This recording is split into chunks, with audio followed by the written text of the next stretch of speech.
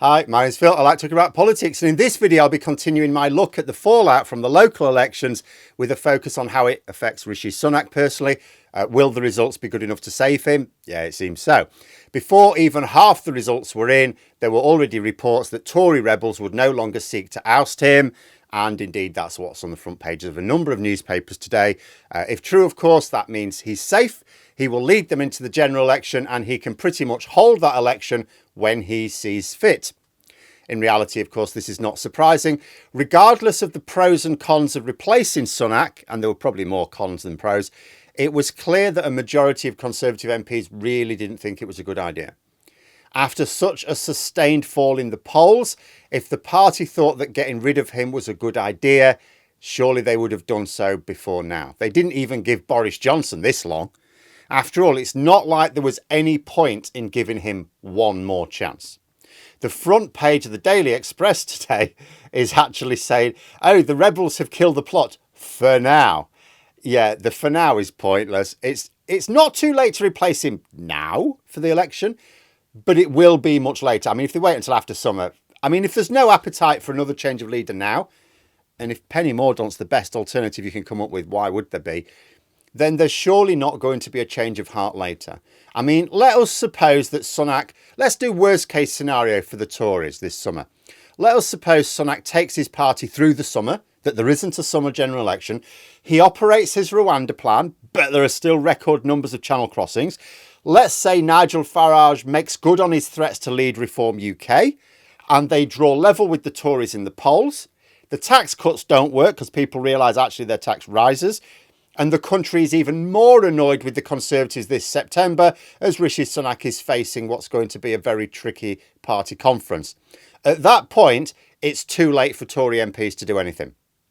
Any regrets at that point will be not dissimilar to regretting not checking your parachute once you've already gone into free fall and the chute didn't open when you pulled the cord. There's not a lot to be done in that point. If the rebels held any hope for a last-ditch chance to get rid of Sunak, it had to be using these election results as the catalyst. Now, the local election results are dire. They are even worse than the Tories expected. The Tories have also lost a lot of police and crime commissioner roles to Labour. Labour have got basically almost a clean sweep of the mayoral elections. However, the Tory MPs seem to prioritise, to the exclusion of everything else, the two high-profile mayors they already had. Winning these was considered a good result, even though both have distanced themselves from Sunak and the Westminster Tories during their campaign. At the point I'm recording this, I don't know the West Midlands contest result, but indications point that the Tories will retain it. It was also interesting to see a post on Conservative Home, which included a survey of Conservative Party members. It showed that 63% did not believe Sunak should be replaced, even if the election results were catastrophic. So although Sunak was not the pick of party members, any attempt to replace him would be against the wishes of a clear majority of party members, which means that anyone behind such a move would not be thought of kindly by them. And Conservative Home are considered very reliable pollsters of party members' opinions.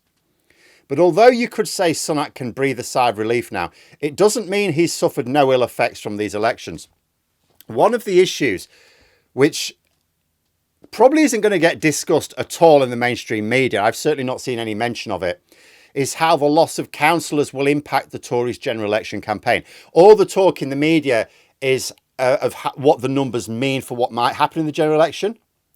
They're saying nothing about the physical impact of now having way fewer councillors, to say nothing of the councillors gained by other parties boosting their own campaigns. The article in Conservative Home mentions it. That's because the author knows how a political campaign works, unlike random gobshites on the BBC. Councillors are the people who rally the troops to hit the streets during election campaigns. There are now hundreds fewer of them for the Tories.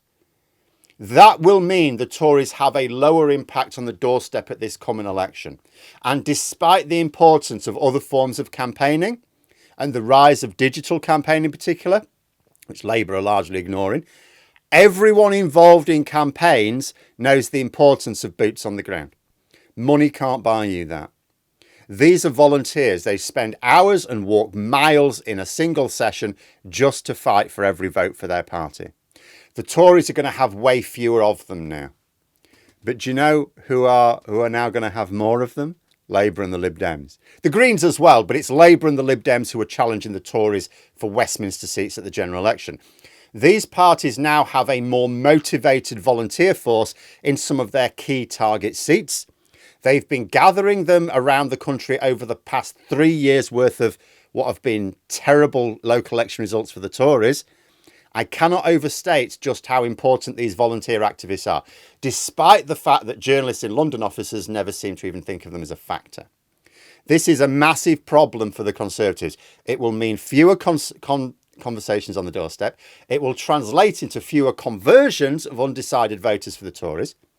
Oh, but Sunak needn't worry. They're not going to be left out. I'm sure someone from the local Labour or Lib Dem volunteer group will be along to talk to them. And this is how it'll go.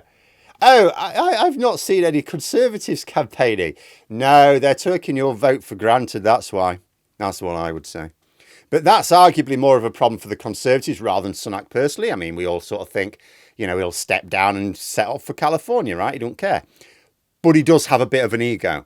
I doubt he wants on his CV worse Prime Minister than Liz Truss, which is what will happen if he delivers the Tories' worst ever general election result. He's already got the Tories polling below that of Liz Truss.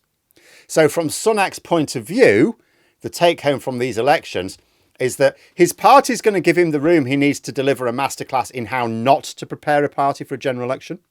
I wonder how many Tory MPs realise this. There must be some who see that Sunak is driving them into the abyss, but there's nothing they can do because all of the credible replacements would simply do the same while shouting different slogans.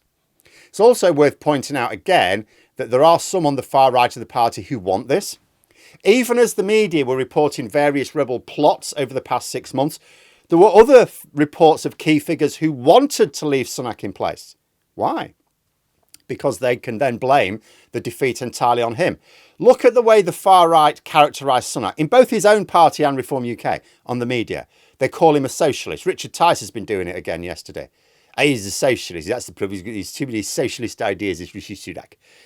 Can you believe that? But that's what they're saying, in all honesty. And that's what's being presented in the mainstream media. They're trying to argue that it is Sunak's supposedly left-wing agenda which is driving the Tories to ruin.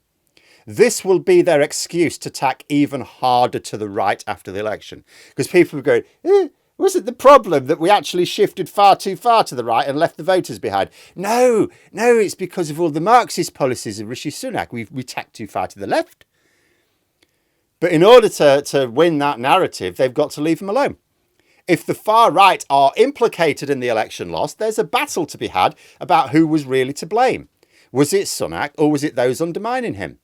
Another factor is that the heavier the defeat, the higher the proportion of the far right left in the party.